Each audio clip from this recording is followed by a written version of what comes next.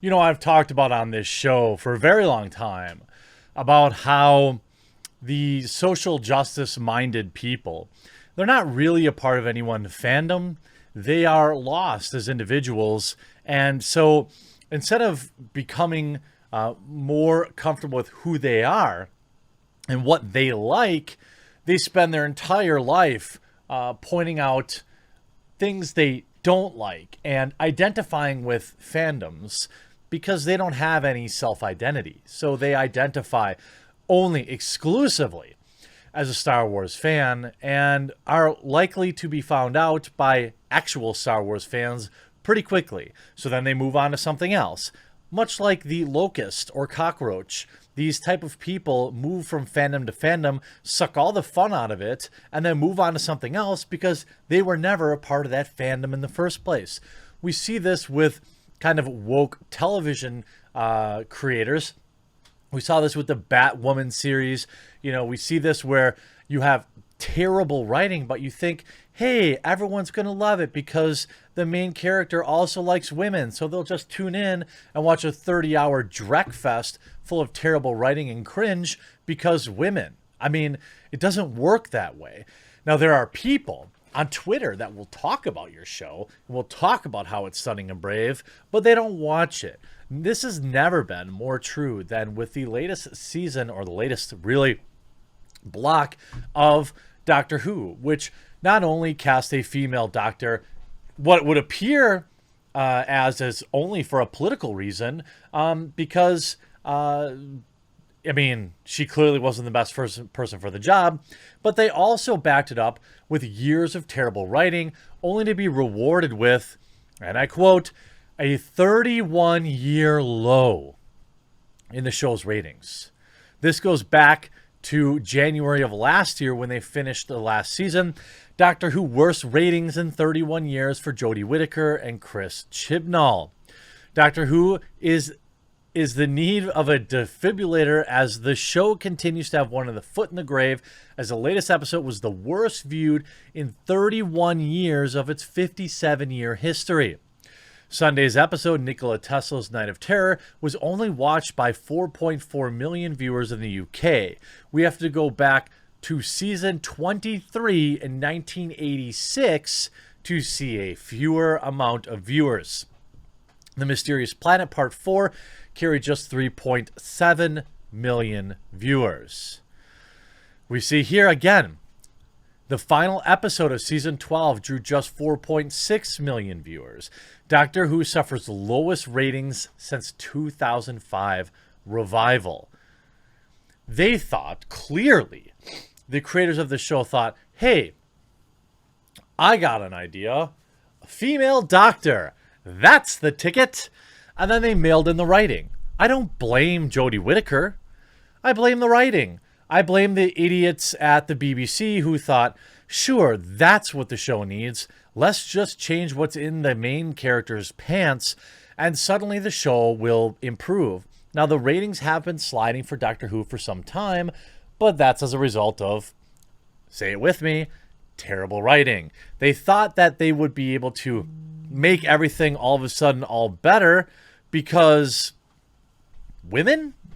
You see here, the lowest rating since 2005. The final episode of the 12th series of BBC sci-fi show attracted an audience of just 4 million, and that's for the finale.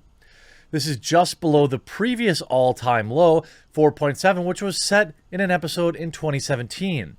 TV audience across the latest series averaged 5.3 million. This is also the lowest Doctor Who was since it was relaunched 15 years ago.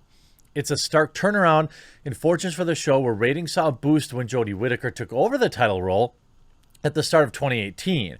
Audience had been declining before she stepped into the TARDIS. Well, right. You got a lot of free press, a lot of buzz from... This is quite frankly, like, as much as this is a classic get woke, go broke moment, it's also a great teaching moment. You can generate a ton of free buzz with a largely ceremonial move like this. Well, Woman Doctor, tune in. Clearly it worked. Every major media outlet was talking about it, and they saw huge ratings. right away. But then, as those people tuned in, they realized, oh, wait, the writing's actually terrible. I don't like this show. I'm not willing to tune in for women only. There are plenty of female-led television shows that are excellent. And so they tuned out. And they tuned out at levels that they've never tuned out before. I mean, it is insane how terrible the ratings have been for Doctor Who. So bad that in February they talked about Doctor Who says the chief drama chief defends Doctor Who, saying it's a long way from being rested amid ratings drop.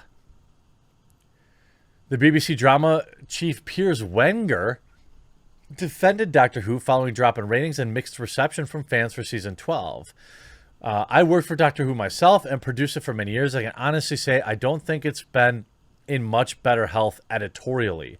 The production values have never been better. It's also just not funded by the BBC. It's funded by a lot of international partners. Yeah, but nobody's watching, bro. And then the rumors started just a month ago. And look at this. We got this covered. Was right.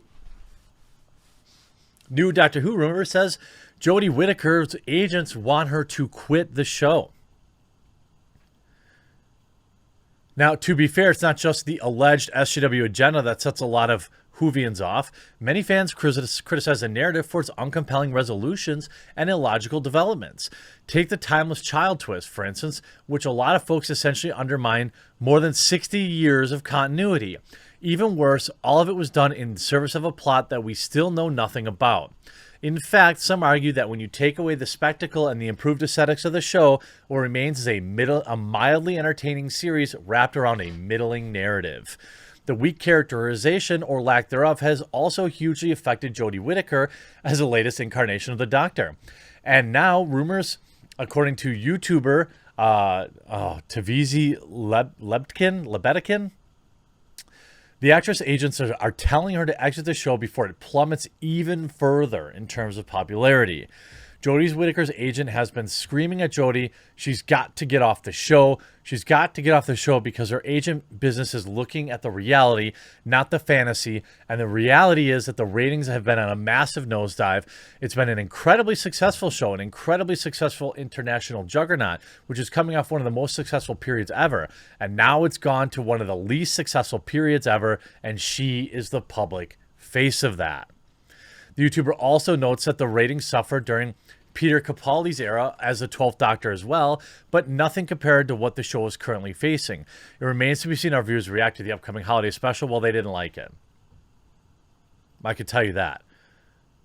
And now it appears to be true. She has abandoned ship after driving it into the iceberg.